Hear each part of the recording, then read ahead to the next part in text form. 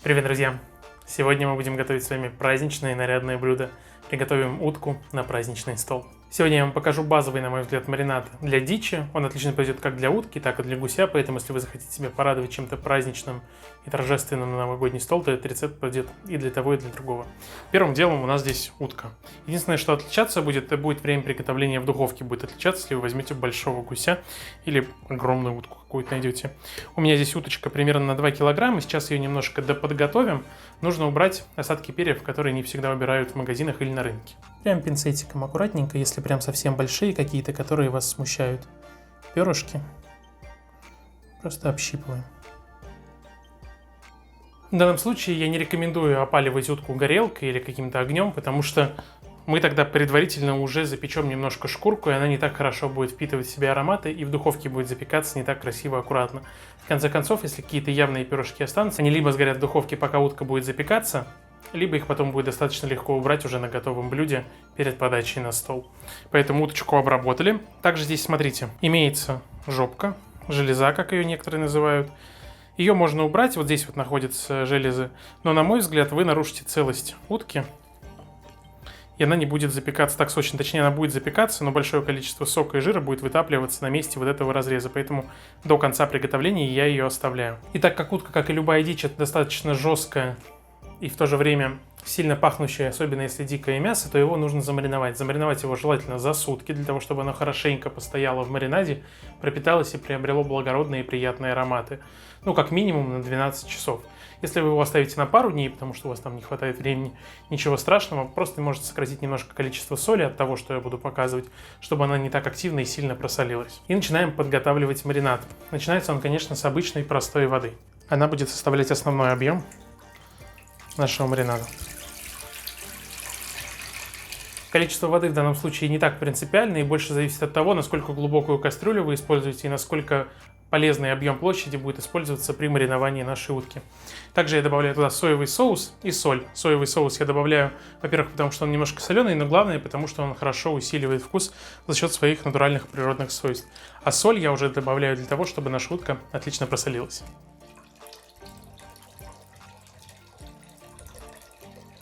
Также к маринаду можно добавить небольшое количество сахара или меда для баланса вкуса. Сахар всегда облагораживает мясо, но его нужно совсем немного.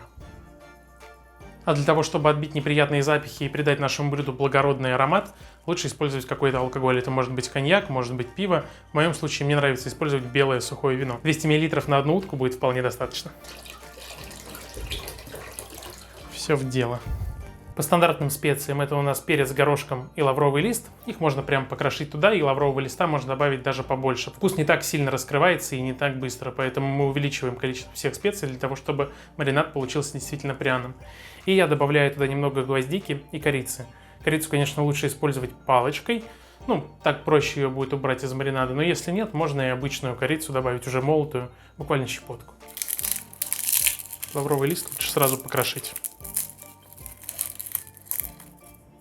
Перец горошком и гвоздику с корицей. Ну и для праздничного новогоднего аромата добавим цедру апельсина. Она очень яркая, в небольшое количество эфирных масел, которые отлично украсят вкус уточки или гуся. Просто ножом срезаем аккуратненько верхнюю часть цедры.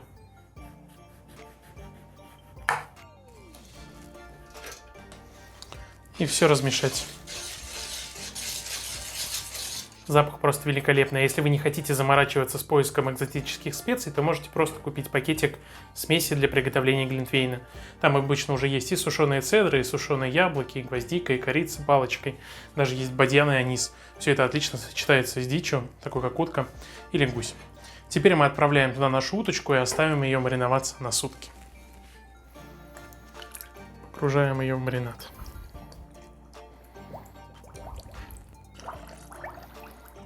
В таком состоянии закрываем ее крышкой и убираем в прохладное место, на балкон или в холодильник на сутки. Но если вы вдруг захотите замариновать ее заранее, как я и говорил, для экономии своего времени в дальнейшем, то количество соли нужно немножко сократить.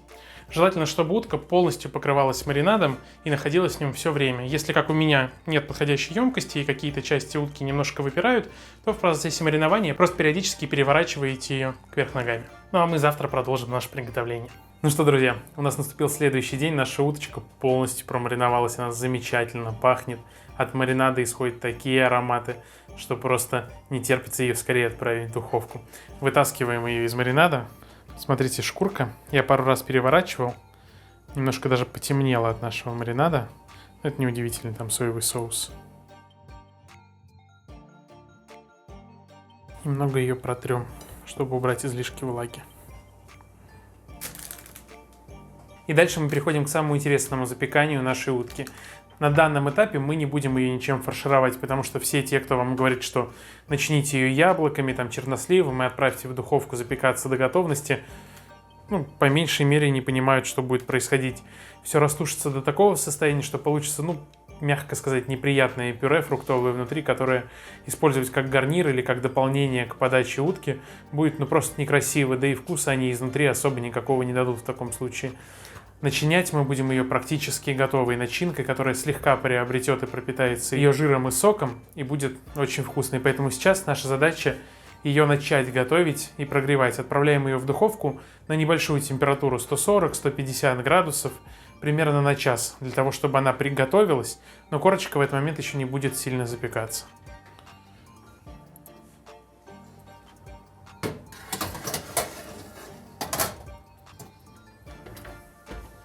А мы можем перейти к подготовке начинки. Для начинки мы будем использовать те самые популярные фрукты и чернослив, про которые я говорил раньше, но за исключением того, что мы их изначально доведем до полуготовности и отправим запекаться в утку в самом конце. Поэтому нам их нужно подготовить. Нарежем их на кусочки для обжаривания и тушения.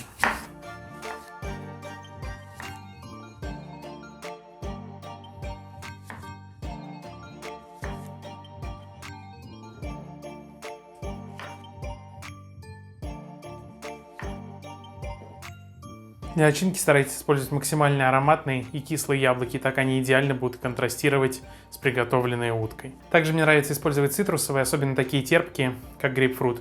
Но шкурку мы использовать не будем, поэтому зачищаем его и берем от него только мякоть.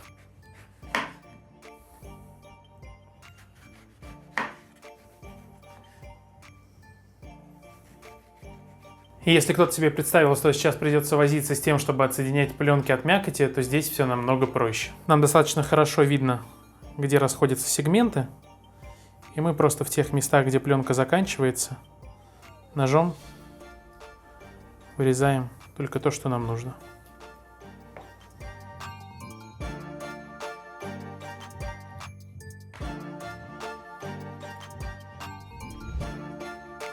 Таким образом мы получаем чистую мякоть. И в дело также пустим апельсин, от которого мы вчера использовали цедру. Точно так же зачистим его.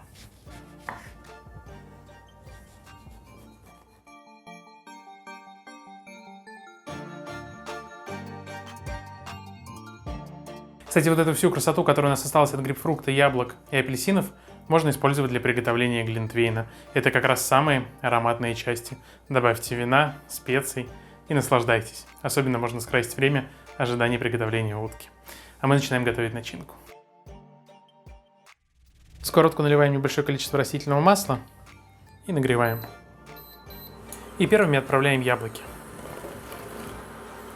Нам их нужно обжарить примерно 5-7 минут. Яблоки у нас отлично ошпарились на сковородке. Добавляем к ним чернослив, небольшое количество меда и наши цитрусовые.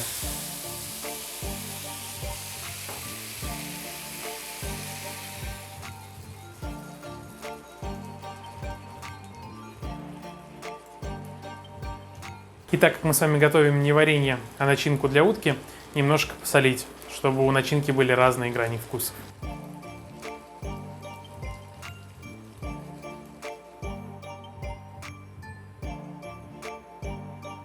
На слабом огне потомим еще буквально 5 минут, можно будет закрыть крышкой и оставить до готовности утки.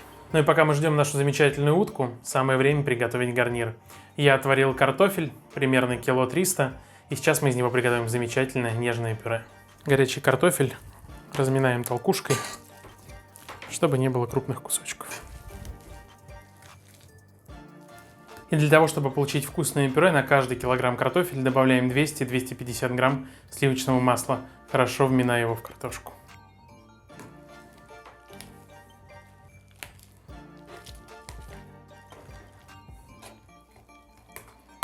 И для того, чтобы пюре было еще более нежным, добавляем в него горячее молоко. Очень важно использовать именно горячее. На такое количество уйдет 200-300 грамм молока, в зависимости от консистенции, которую вы хотите получить. Вливаем молоко постепенно,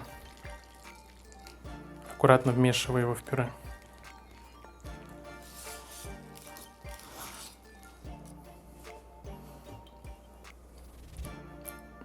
Обязательно пробуем пюре на вкус и при необходимости доводим его до вкуса солью.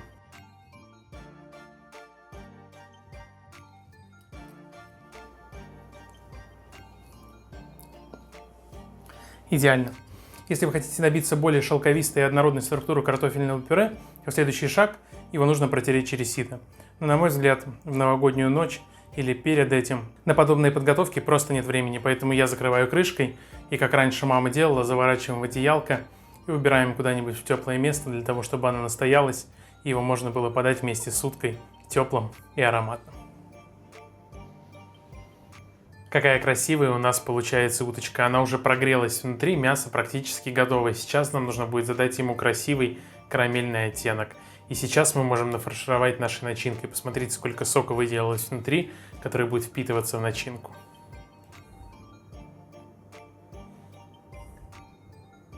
И теперь мы берем ложку и аккуратно нафаршировываем утку.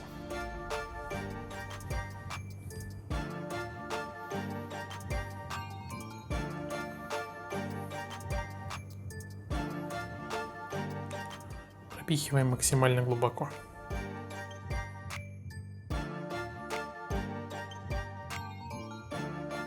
И если вы видите крупные остатки перьев, которые вам мешают визуально наслаждаться красотой утки, то сейчас самое время вытащить их при помощи пинцета.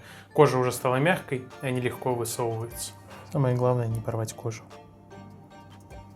И для того, чтобы самые тонкие части утки во время запекания не обгорели, лучше всего завернуть их в фольгу. Это касается крылышек и ножек.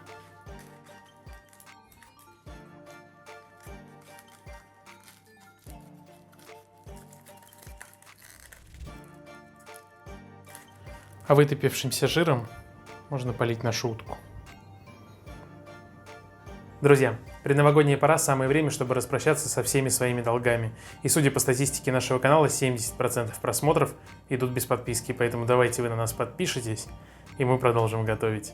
Разогреваем духовку до 190 градусов. Сейчас желательно использовать конвекцию, то есть обдув. Если он у вас в духовке есть, замечательно. Если нет, то нагрев вверх-вниз. И на 190 градусах доводим ее до золотистой корочки. Если видите, что с одной стороны утка начинает пропекаться более сильно, чем с другой, то вытаскиваем, разворачиваем, для того, чтобы все запекалось равномерно со всех сторон.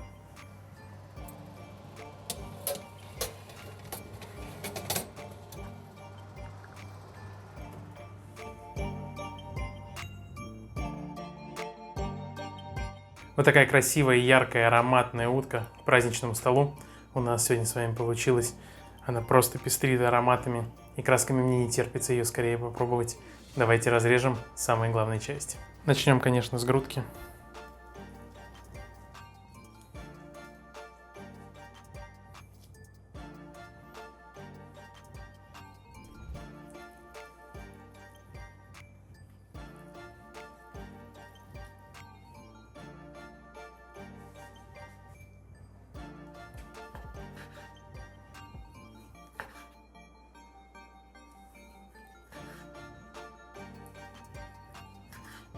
И ножку.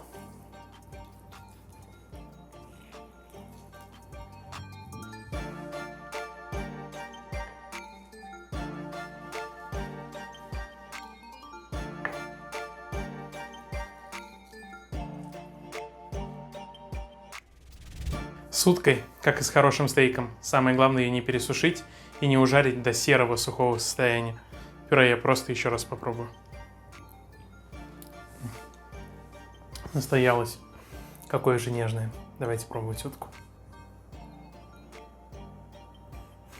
Аромат очень пряный. Никакого стороннего послевкусия дичи, только яркий, насыщенный, сочный вкус. И попробуем ножку. Если уже грудка была сочная, то ножка, как серое мясо, намного сочнее.